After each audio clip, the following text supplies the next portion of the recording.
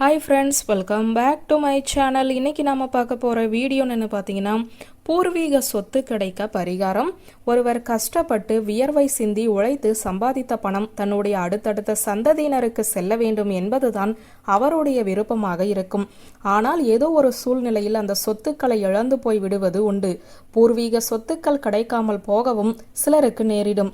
இப்படி இழந்த மற்றும் பூர்வீக சொத்துக்கள் உங்களுக்கு திரும்ப கிடைக்க நீங்கள் செய்ய வேண்டிய எளிய பரிகாரம் என்ன? அதை பற்றி தான் நாம் இப்போது தொடர்ந்து பார்க்க போகிறோம். பூர்வீக சொத்துக்களை மீட்டெடுக்க துணை புரிபவர் முருகப்பெருமான் ஆவார். முருகனை வேண்டியவர்களுக்கு வேண்டிய வரம் அப்படியே கிடைக்கும் என்பது பக்தர்களுடைய நம்பிக்கையாக இருக்கிறது.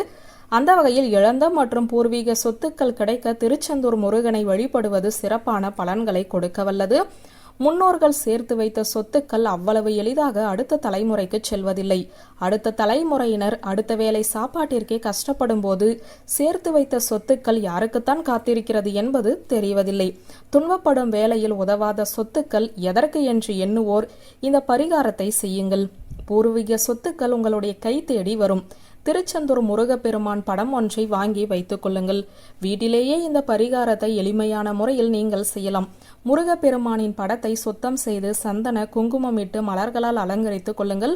ஒரு தாம்பூல தட்டு நிறைய செவ்வரளி பூக்களை எடுத்து வையுங்கள்.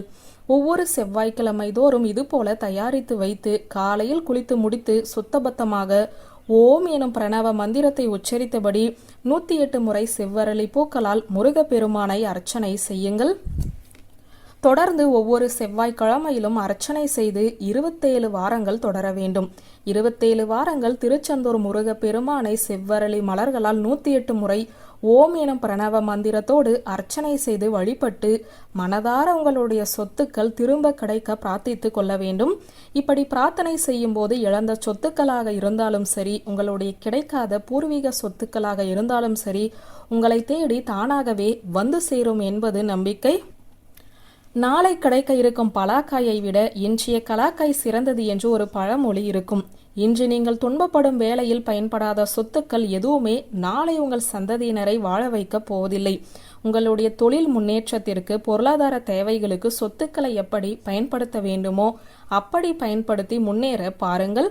நீங்கள் முன்னேறினால்தான் அடுத்த சந்ததியினரும் முன்னேறும் என்பதை நினைவில் கொள்ளுங்கள். யாருடைய சொத்திற்கும் ஆசைப்படக்கூடாது. சொத்துக்கள் என்பது புண்ணிய பாவங்கள் போன்றது.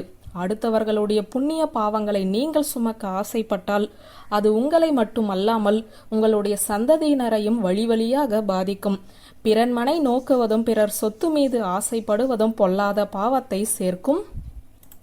வியூவர்ஸ், இந்த வீடியோ உங்களுக்கு பிடித்திருந்த லைக், கமெண்ட், ஷேர் பண்ணுங்க. நன்றி.